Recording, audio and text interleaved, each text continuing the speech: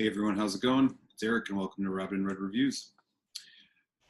It is June and this is my first review of the month. So as I've been doing all year, I'm going to kick off this month with another 18-year or older Scotch whiskey, specifically the Balblair 92nd release. As usual, we will do a nose, taste, finish review, chat a little bit about the value. I'll give you my final thoughts and the score, leave you with a malt musing. So, Balblair, not necessarily a name that everybody is super familiar with, but in my opinion, it is one that you should get familiar with. Interesting thing about the Balblair whiskeys is they, first of all, come in these rather, most of them come in these fluorescent colored boxes. And instead of the normal age statement, they actually do a vintage year. So this Balblair second release is 1990. So the actual age on this, take a peek here at the bottle. Pull this out. As you can see, quite a elaborate packaging that they put this stuff in. Here's the bottle. Really like the look of these bottles. So this one was distilled in 1990, bottled in 2016. So it is a 25-year, 26-year-old single malt Scotch. The Balblair distillery is a Highland distillery and has some of the oldest stills in Scotland, I think. Let's take a peek at this packaging. And inside, they have some flaps where they tell you a whole bunch of different information. Specifically, the vintage story. So Balblair was from 1790. It's one of the oldest working distilleries in Scotland. And it's the oldest working distillery in the Highland region. So that's rather interesting. They have a little bit more here, tasting notes. They talk a bit about the vintages specifically. So here's what they got to say. Balblair whiskeys are uniquely vintage. Our bottles are not marked with an age statement, but simply with the year that the whiskey was laid down. Every year, our distillery manager, John McDonald, tastes, judges, and selects straight from the cask.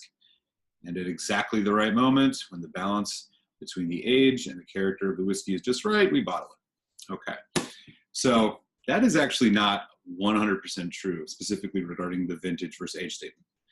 It was announced earlier this year in 2019 that they are going to be switching to standard age statement whiskeys and not doing the vintage releases anymore, which for me I think is a little unfortunate because I thought that was a really cool thing about Balblair.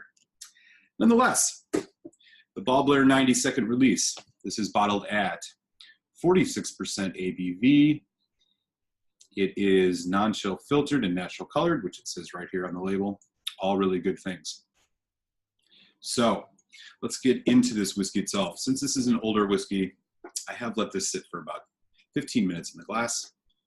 Let the oxygen get at it a little bit and open up. You can take a look at the color here. Really nice looking color. Okay, let's get into it.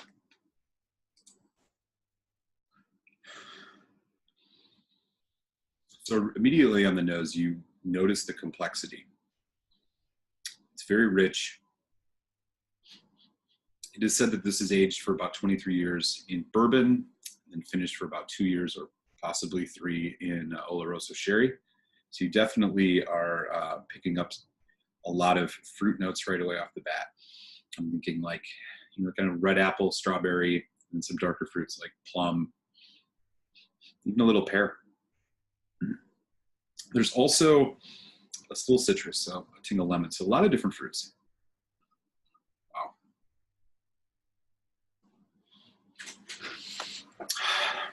There's also some spice notes as well. I'm thinking cinnamon, clove. Just vanilla too. There's a vanilla and a honey as well, which I think is where that 23 years in bourbon is making it known. Wow. Really interesting. Okay. A little pepper too. Let's give it a taste. Let's launch.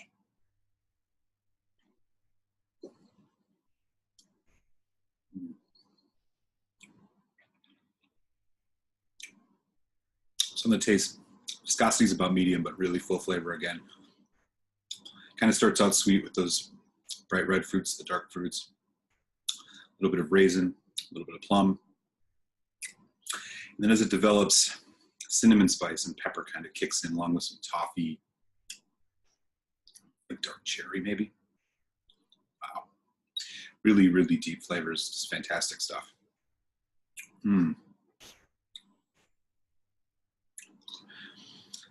Okay. So it goes into the finish. It's just really long finish. Mouth-watering, honey, vanilla, that little bit of floral still in the background, and then a bunch of different fruits again. Plum, honeydew, apple.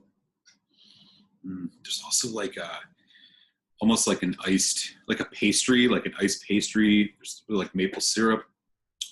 Just kind of when you think that that finish is over, slightly almost like caramel, salted caramel, and a little bit of mint. Wow, what a ride. This is really impressive stuff. Let's put a little bit of water on it. Just see what happens. So it is 46%, so I'm gonna put too much, just a tad.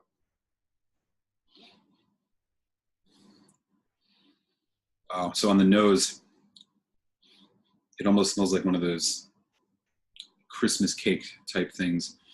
A lot of just really bright fruits and spices. The pear is kicked up quite a bit. There's like a root beer, cola thing going on as well. That little herbal note's still there too. Let's take it on the taste.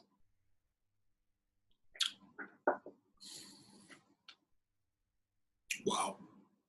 The addition of water. The tropical notes kick up. Oranges, almost like, I don't know, like those little clementine oranges. There's a little bit of kiwi. Not even kidding. Chocolatey too. As it goes into the finish, there's a chocolatiness. There's the honey vanilla still there. That iced, like iced pastry kind of flavor still working. Shortens up a little bit with the water, but not much. This is quite a ride. This is one that you're going to want to spend some time with and really explore because there's a lot happening in this glass.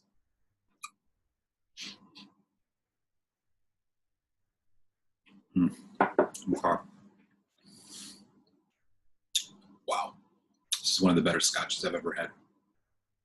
It's just so, it's so complex, but it's so full flavored. It's not bold. It's like, it's not bold in the sense that these flavors are just punching you.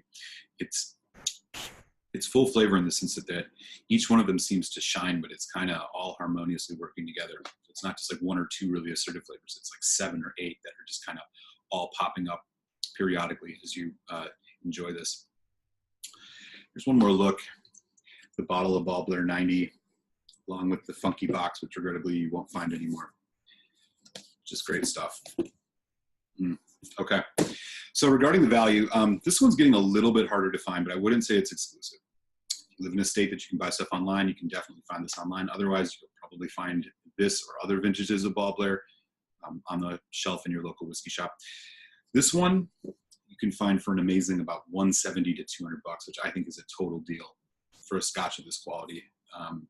You find scotches that don't have half of what's going on here cost $50 to $80 more. Keep your eyes out for this vintage 90. It's amazing. So yeah, final thoughts. This is just an amazing single malt. It's just a great price. It's almost what I imagine that potentially like a Highland Park 30 might taste like, minus a little bit of the peat. Don't let this one fall under your radar, and keep your eyes out for this anytime you're out shopping for your next purchase. It's just great. If you love a good Highland malt, a good complex malt, something that that's gonna challenge you, but also just incredibly relaxed and enjoyable to drink. This one's amazing. I'm gonna give this 5 out of 5 stars, which is a go out and buy it right now before it's too late. All right, everybody. Thanks for stopping by the channel. Be sure to click subscribe if you haven't yet. I'll leave you with your malt musing. We'll catch you next time here on Rabbit and Red Reviews. It's lunch.